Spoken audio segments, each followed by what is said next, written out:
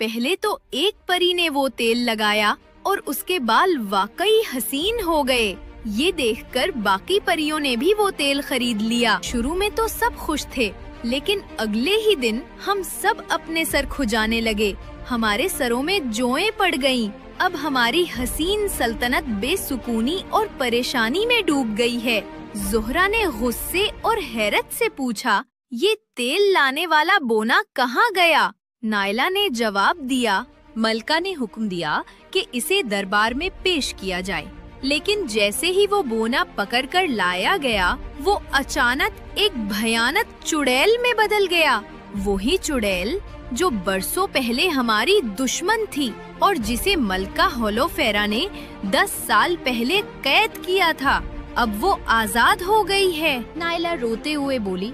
चुड़ैल हंसती हंसती उड़ गई और जाते जाते कहने लगी, अब ये परिस्तान अपनी खूबसूरती और रक्स के बजाय सिर्फ परियों के सरों की खारिश के लिए मशहूर होगा।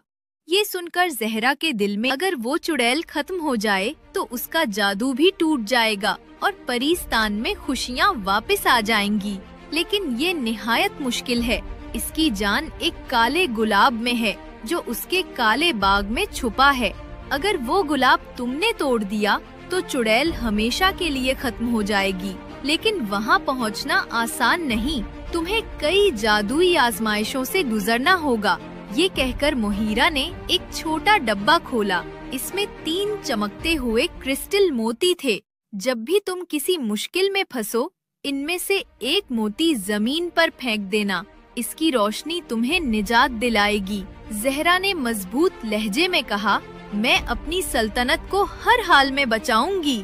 ये कहकर वो आसमान की वुसअतों में उड़ गई, क्योंकि अब उसे मालूम हो चुका था कि चुड़ैल काले पहाड़ के पीछे रहती है। ज़हरा परी जब आसमान की वुसअतों में उड़ रही थी तो उसके दिल में एक ही अज़्म था, मैं अपनी सल्तनत को बचा कर रहूंगी, चाहे मुझे अपनी जान ही क्यों न देनी। ज़हरा ने आगे कदम बढ़ाए और जल्द ही वो एक दरिया के किनारे पहुंची। पानी में निहायत दर्दनाक मनाजिर थे। उसने अपनी परी दोस्तों को रोते हुए देखा, अपनी माँ जैसी महीरा परी को कमजोर पड़ते देखा और परिस्तान को टूटता बिखरता पाया। इस मंजर ने ज़हरा के दिल पर बोझ डाल दिया और वो खुद भी रोने लगी। मगर उसे याद आया कि उसके पास दूसरा मोती भी है। उसने मोती दरिया में फेंका। अगले ही लम्हे पानी नीला और शफाफ हो गया और बीच में एक सुनहरी पुल बन गया। ज़हरा ने आंसू